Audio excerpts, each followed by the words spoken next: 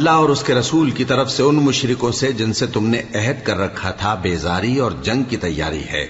सो मुशरिको, तुम जमीन में 4 महीने चल फिर लो और जान रखो कि तुम अल्लाह को आजिज न कर सकोगे, और यह भी कि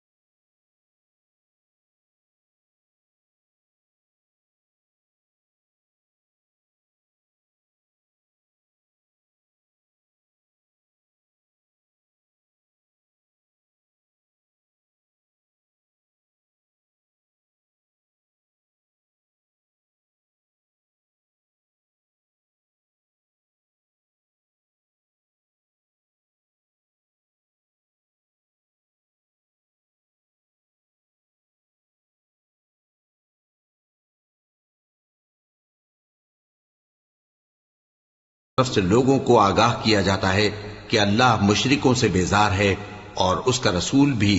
अब अगर तुम तौबा कर लो तो तुम्हारे हक में बेहतर है, और अगर न मानो तो जान रखो कि तुम अल्लाह को हरा नहीं सकोगे।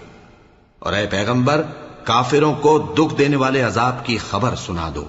अलबत्ता जिन मुशरिकों के साथ तुमने अहद किया हो और उन्होंने तुम्हारा किसी तरह का कसूर न किया हो और न तुम्हारे मुकाबले में किसी की मदद की हो, तो जिस मुद्दत तक उनके साथ अहद किया हो उसे पूरा करो कि अल्लाह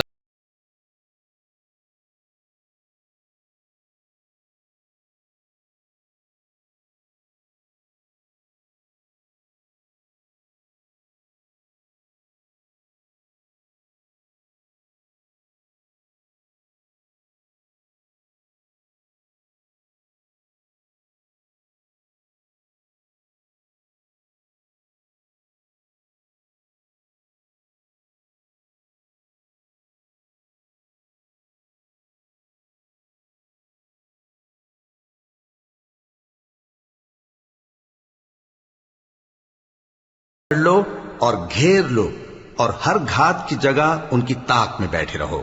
फिर अगर वो तौबा कर लें और नमाज कायम करने और ज़कात देने लगें तो उनका रास्ता छोड़ दो। बेशक अल्लाह बख्शने वाला है, मेहरबान है।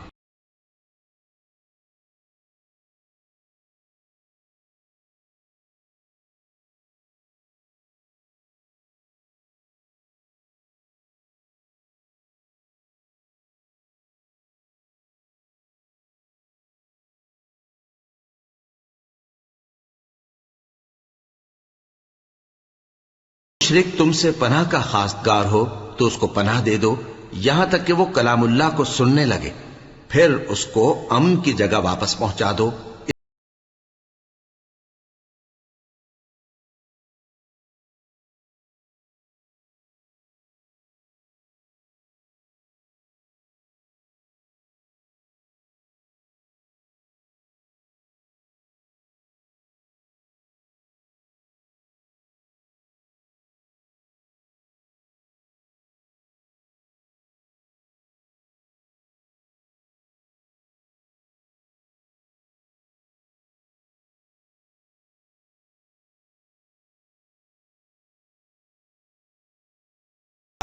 अल्लाह और उसके रसूल के नजदीक अहद कैसे कायम रह सकता है?